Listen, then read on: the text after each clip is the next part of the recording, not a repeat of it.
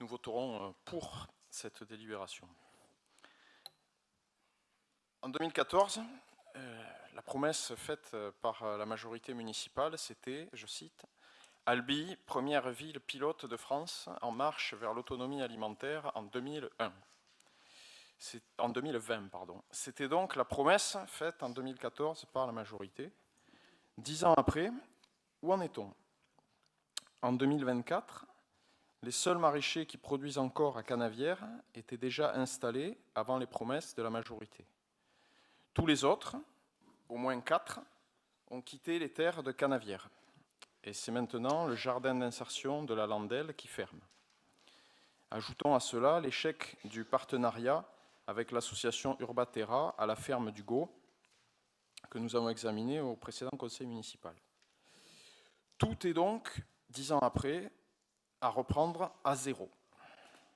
Et aujourd'hui, tout le monde a bien compris que l'autonomie alimentaire est une illusion vendue par des communicants. La ville compte 1223 hectares de terres agricoles, dont moins de 20 sont propriété de la municipalité. Or, il en faudrait 18 000 pour atteindre l'autonomie alimentaire des 50 000 albigeois. En revanche, les collectivités territoriales ont un rôle important à jouer pour soutenir le développement d'une agriculture de proximité et de qualité, pour impulser et soutenir des projets permettant de produire et de consommer des produits bio et locaux. C'est un enjeu écologique, c'est un enjeu de santé publique, mais c'est également un enjeu social pour permettre à chacun d'accéder à une alimentation saine, notamment par la restauration collective. L'Albigeois est un territoire de tradition maraîchère qui a des atouts, à condition, premièrement, de mettre en place une véritable coopération entre les territoires. Ça a été dit dans plusieurs études et notes qui ont été faites sur les programmes alimentaires territoriaux. Albi est plus consommatrice que productrice, quand les territoires de l'Albigeois et des Bastides, par exemple, sont davantage producteurs. Ensuite, il s'agit de travailler aussi avec tous les acteurs, agriculteurs, bien sûr, collectivités, chambres, lycées agricoles, associations, etc. La deuxième condition qui nous paraît importante pour réussir ce soutien à une agriculture et une alimentation de proximité, c'est de mener un projet à l'échelle de l'agglomération où 51% des terres sont encore agricoles et non un projet à l'échelle de la seule ville d'Albi. Enfin, pour réussir, il faut aussi mettre en œuvre une politique de préservation des terres agricoles. À Canavières, comme ça a été rappelé, au Gau, sur toute la ville et sur l'agglo. Or, vous allez en faire disparaître 16,5 hectares sous le béton, non loin de Canavières, dans le secteur de Pinerato, comme il y a quelques années, vous avez fait disparaître sous le béton les 9 hectares de terres agricoles de la ferme de la Renaudier. Soit plus de 25 hectares de terres bétonnées, si on les met en rapport avec les terres de Canavières, on voit que vous bétonnez plus que vous ne préservez. Alors pour finir, nous voulons faire une proposition concernant spécifiquement les parcelles qui font l'objet de cette délibération, une proposition qui d'ailleurs peut être élargie à d'autres parcelles. Cette proposition, c'est la mise en œuvre d'un pôle de production agricole en régie publique de maraîchage sur ces parcelles. Employant des agents municipaux ou de l'agglo, cette régie fournirait la cuisine centrale. 3,5 hectares de terres cultivées pour produire des produits biologiques et sains au bénéfice des enfants et des aînés de la restauration collective. Cette proposition, donc, je le répète, de régie publique de maraîchage, ça nous paraît être un projet d'avenir, en phase avec notre époque et notre territoire, porteur de sens pour les Albigeois, notamment les enfants, les aînés et les agents. Je vous remercie. Vous avez bien compris que pour la Landelle, on entend bien vos raisonnements. Déjà, on ne va pas comparer des secteurs qui sont agricoles avec des secteurs qui sont à urbaniser. Donc on ne mélange pas des choux et des carottes si on veut rester dans l'alimentaire. Donc que ce soit sur l'ex-ferme de la Renaudier ou sur Pinerato, on est quand même sur des zones à urbaniser. Quand on est sur la plaine du Gau, quand on est au niveau de Canavières, on est sur la zone agricole. Donc à partir de là, c'est normal que sur une zone agricole, on fasse agriculture. C'est normal que quand on a besoin de densifier, notamment, je vous passe quand même tout ce qui peut être sur le ZAN, où je pense que vous ferez quand même bien de vous documenter, parce qu'on a quand même un enjeu de densification et de densification sur la ville, si on ne veut pas s'étaler et si on ne veut pas consommer les terres agricoles. Donc il faut être cohérent dans vos raisonnements. Donc là, pour l'instant, on continue à avancer sur Canebière. Il y a des enjeux économiques qui sont ce qu'ils sont. On en a connu sur d'autres sujets. Donc à partir de là, c'est pas grave, les terres, elles y sont, elles font partie des réserves foncières de la ville. On sait que ça sera de l'agricole et on continuera à porter un projet agricole. Des terres à Canebière, nous avons installé des acteurs qui voulaient s'installer. Après, sur l'évaluation de leur projet, évidemment il est arrivé que la vie économique étant ce qu'elle est, les incertitudes existent et les vicissitudes de la vie, les confinements sanitaires, tout ce genre de choses ont certainement fait que certains de ces acteurs ont malheureusement dû arrêter leur projet. Néanmoins, nous avons continué, nous, à développer notre partenariat avec les acteurs qui voulaient démarrer, avec ceux qui étaient installés ailleurs. Les 24 conventions de la cuisine centrale le prouvent. Le niveau par rapport à la loi Egalim de notre cuisine centrale le prouve aussi. Cette problématique est prise en compte. Donc oui, nous allons continuer à acheter des terres. Nous allons très certainement, au vu de l'importance de tout ce foncier agricole dont nous allons disposer, regarder le meilleur des faire-valoir. Et oui, tout est sur la table au niveau de la production. Quant à ce qui a déjà démarré, nous allons assumer cela. Nous allons trouver des solutions pour en assurer la continuité pour cette année. Et puis, dès l'an prochain, nous allons démarrer sous une autre forme cette production. Nous n'allons pas renoncer aujourd'hui à ce choix. Évidemment, le fait de pouvoir acquérir des parcelles comme celle de M. Vignier avec des serres va nous donner là aussi une capacité à produire qui va être importante. Les serres qui ont déjà été installées par la Landel, là aussi, ça va aussi nous donner des moyens de production intéressants. Et nous allons donc continuer cela. Juste 2 ou 3 points. D'abord, notre proposition, c'est bien celle d'une régie publique de maraîchage. La raison fondamentale, c'est la prise en charge par la collectivité d'un besoin fondamental des habitants du territoire. Donc c'est bien ça le sens, c'est d'investir de l'argent public pour contribuer à la prise en charge d'un besoin humain fondamental et d'un enjeu, je disais, écologique, social et de santé publique. Ensuite, 2 éléments juste pour terminer. Concernant Pinerato, le secteur qui va être urbanisé auprès de la route de Tersac.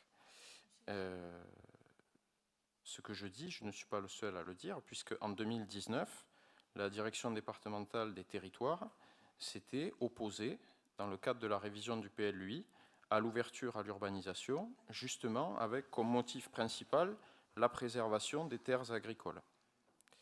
Deuxièmement, et pour terminer, Monsieur Boite, je comprends bien, vous nous dites il y a eu une série de déconvenues individuelles.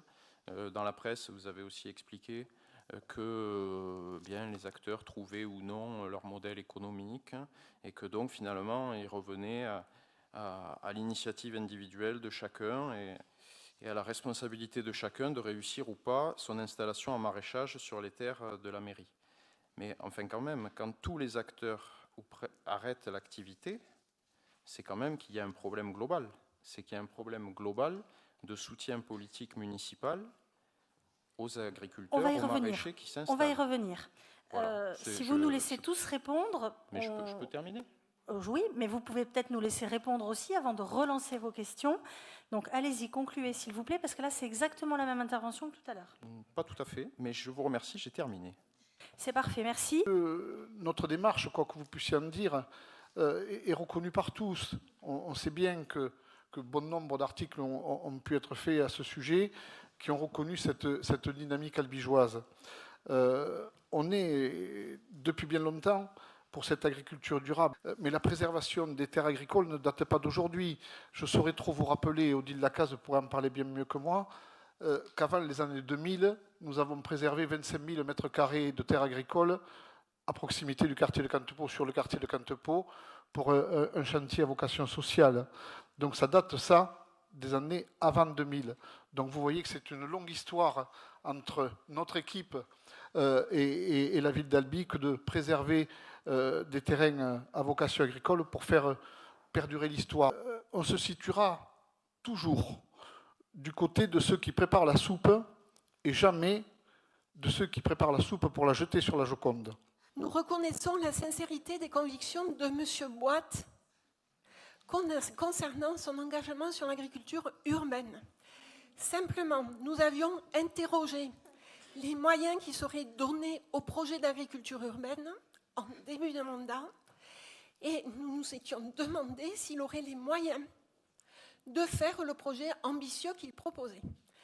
Nous notons simplement que tout le monde n'a pas la chance d'avoir 9% du budget de la ville consacré à ces projets. Merci. Dans la communauté d'agglomération du Grand Albigeois, chaque année, rien qu'entre 2006 et 2013, c'est 358 hectares de surface naturelle, agricole et forestière qui ont disparu. Voilà, ça c'est un fait, c'est un chiffre incontestable. Entre 2006 et 2013, chaque année, sur le Grand Albigeois, il y a eu 358 hectares en moins de surface naturelle, agricole et forestière et 358 hectares en plus de béton. Merci.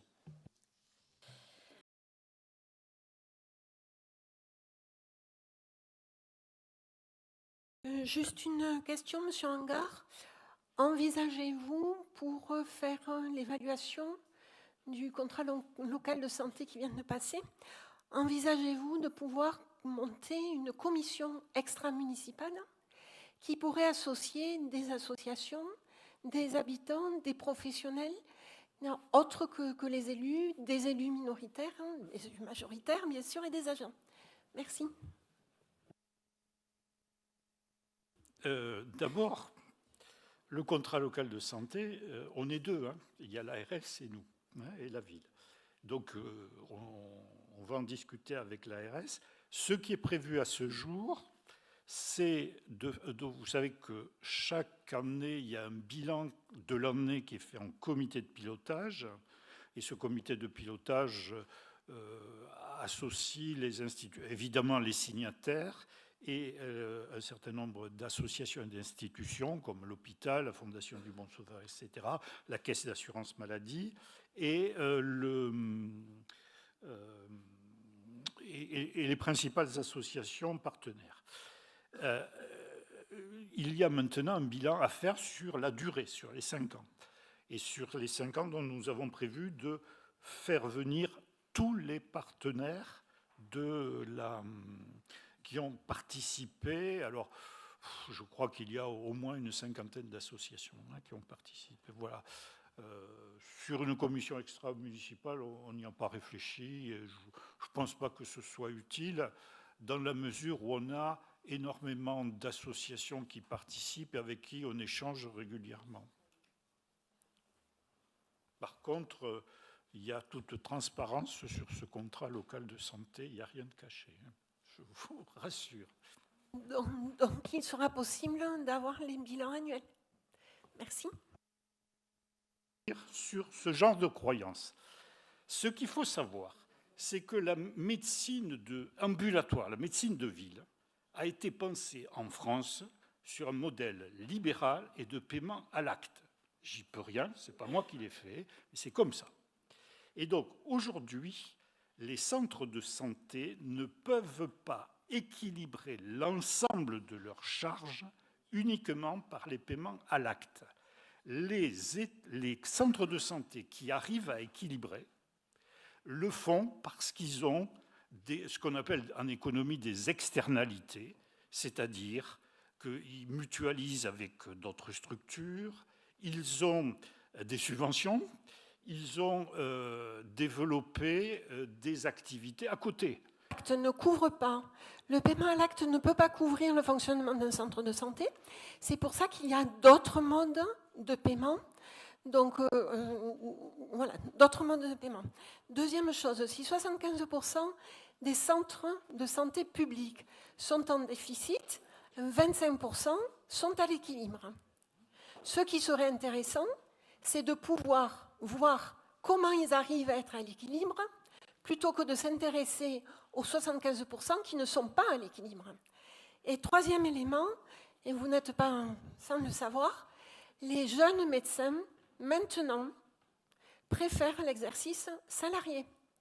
Donc ça veut dire qu'on va avoir une évolution du mode d'exercice qui n'est due ni à vous, ni à moi, ni à quel que ce soit de politique, qui est simplement liée à l'évolution de la pratique des jeunes médecins. Donc je pense que c'est important de pouvoir réfléchir à justement une autre façon de pouvoir répondre à des besoins de santé de nos habitants sur le territoire que ce que nous avons actuellement. Merci. C'est une décision politique, je l'ai dit, je le redis. Aujourd'hui, dans l'organisation de la médecine ambulatoire, le centre de santé porté par les municipalités n'est pas une bonne solution. Je dis, c'est Angar qui dit ça. Alors vous pouvez ne pas être d'accord, et c'est votre droit le plus démocratique.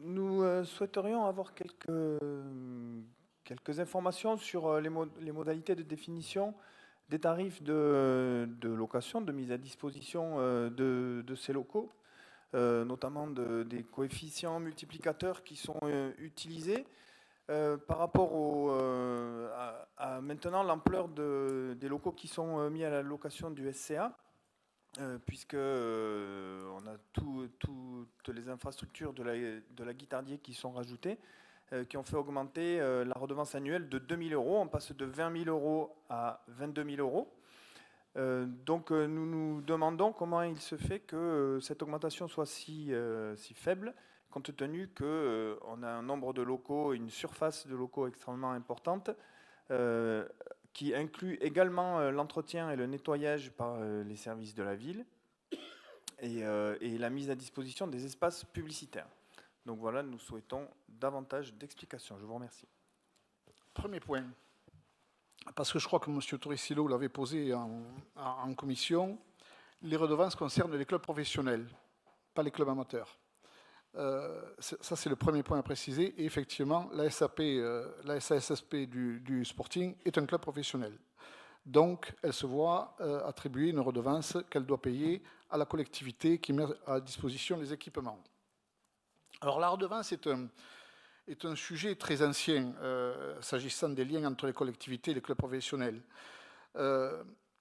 Les dernières précisions en date sont de mai 2022.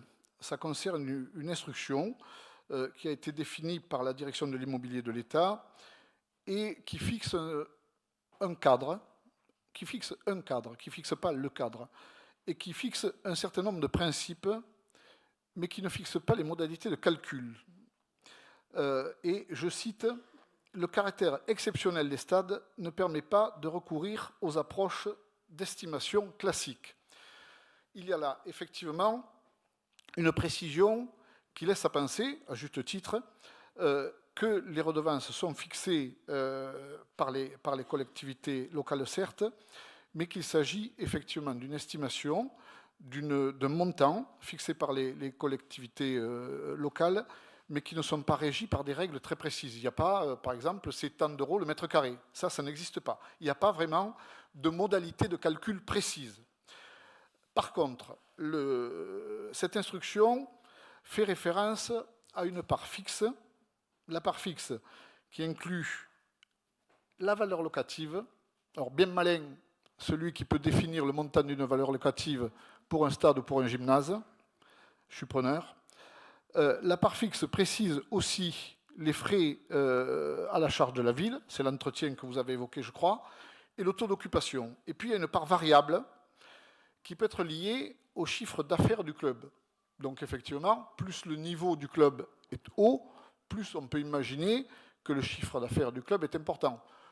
Je veux croire qu'un club de Ligue 1 de foot va faire un chiffre d'affaires beaucoup plus important qu'un club de national. Idem pour le rugby, idem pour les sports collectifs en salle, le basket, le volley et le hand, puisque ce sont essentiellement ces 5 disciplines qui sont concernées par les redevances. Donc il y a une approche très disparate, déjà, en fonction de la discipline, voilà, s'agissant notamment des stades et des gymnases. L'important, et c'est ce que nous avons voulu faire à travers cette délibération, c'est de trouver un bon équilibre entre la collectivité et le club utilisateur, un bon équilibre entre la collectivité qui porte la structure. Il y a à peu près en France 218 000 équipements sportifs. 81% sont portés par les collectivités locales et la plupart de ces 81% sont portés par les communes.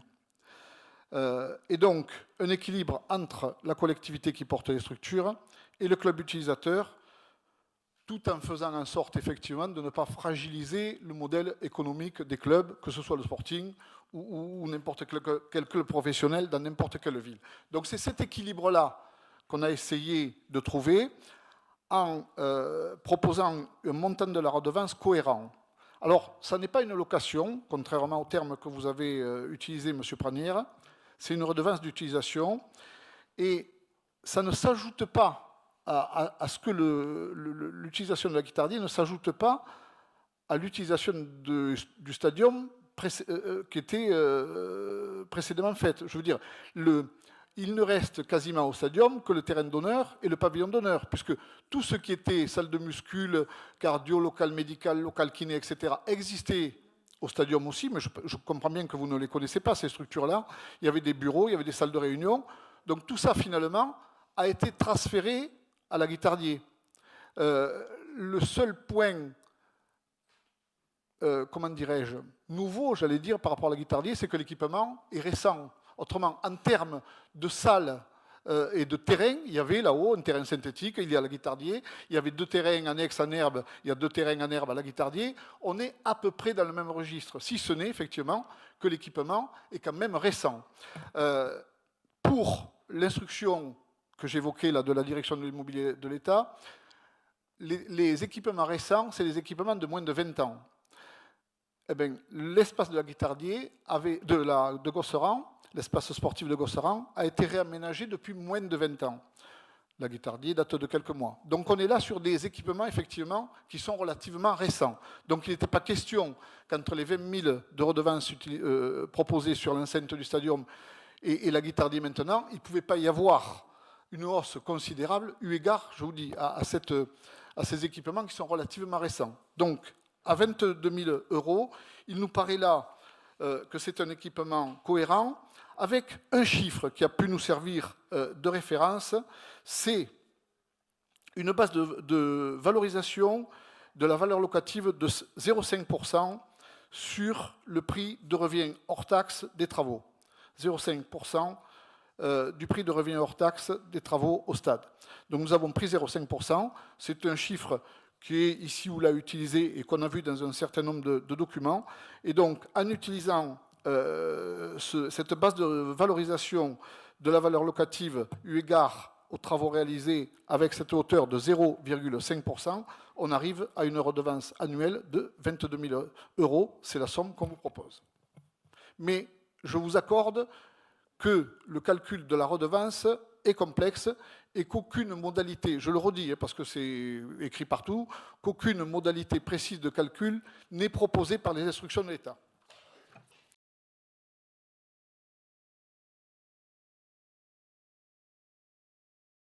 Donc, délibération bien succincte, dans laquelle nous n'avons pas de détails sur la destination de ces financements. À quels travaux vont-ils servir ? Et quel est le calendrier des prochains travaux? Nous rappelons nos 2 points de désaccord profond dans les travaux prévus. Premièrement, la destruction du bâtiment du centre social pourtant entièrement rénové, ascenseur, toit, fenêtres, isolation, climatisation. C'est une gabegie d'argent public, une de plus. Ce bâtiment du centre social est important pour les habitants, tant pour le lieu que pour les activités qui s'y déroulent, comme la cuisine de plus de 100 mètres carrés. Dans le bilan évaluation et diagnostic du projet social de la maison de quartier centre social de Cantepot, que nous verrons dans la délibération suivante, il est d'autre part signalé que tous ces changements déboussolent les habitants. Ce bâtiment du centre social a d'ailleurs été bien utile quand il a fallu reloger les agents de France Service suite au saccage de la nuit du 29 au 30 juin dernier. Il est actuellement bien apprécié pour héberger la direction de la maison de quartier centre social et les associations pendant l'année de fermeture pour travaux de la maison de quartier. Une pétition des Albigeois pour Cantepot a recueilli 645 signatures pour dénoncer le gaspillage d'argent public que représente cette destruction et pour proposer des usages complémentaires comme des bureaux pour des associations ou des entreprises. Il n'y a pas eu de considération de ces propositions par la majorité municipale. Ce bâtiment du centre social va être détruit pour laisser la place à un parking de 48 places. Deuxième point de désaccord profond, la création de 2 rues autour d'établissements accueillant des enfants, l'école Saint-Exupéry et la crèche Mosaïque. Ces 2 nouvelles rues vont provoquer pollution de l'air et pollution sonore, alors que les enfants y sont les plus vulnérables. Je pense que nous serons d'accord avec M. Angard, ce sont des questions de santé environnementale. Je répète l'accord avec M. Angard. Vous n'avez pas besoin de répéter, on entend bien, il n'y a pas de problème. Si je peux me permettre de préciser, l'accord est sur le fait que la pollution de l'air et la pollution sonore sont 2 questions de santé environnementale. Pour l'école, c'est aussi créer une insécurité routière par cette nouvelle rue à traverser, dans un quartier où 90% des enfants scolarisés viennent à pied à l'école et le plus souvent seuls. Nous nous abstiendrons sur cette délibération. Au lieu de penser projet, au lieu de penser bénéficiaire, au lieu de penser activité, vous pensez logo, vous pensez locaux. Je ne suis pas tout à fait sûre que ce ne soit pas un petit peu obsolète comme vision. Peut-être faites-vous aussi partie de ceux qui pleuraient encore la destruction de la passerelle, parce qu'effectivement, la passerelle était plutôt en bon état. C'est pas ça. On l'assumera parfaitement, la destruction du centre social en tant que bâtiment. On l'assumera parfaitement le jour où on devra le faire. Aujourd'hui, on vous dit juste, on avait une maison de quartier qui datait de 1985, qui n'était plus du tout compatible avec les activités qu'on veut y faire. La médiathèque est sortie et va faire l'objet de nouveaux travaux. Et on profite effectivement de ce projet de restructuration globale à l'échelle du quartier pour refaire une maison de quartier qui soit un équipement du XXIe siècle et qui réponde aux attentes des usagers du XXIe siècle, qu'ils viennent pour la maison de quartier ou qu'ils viennent pour les activités du centre social.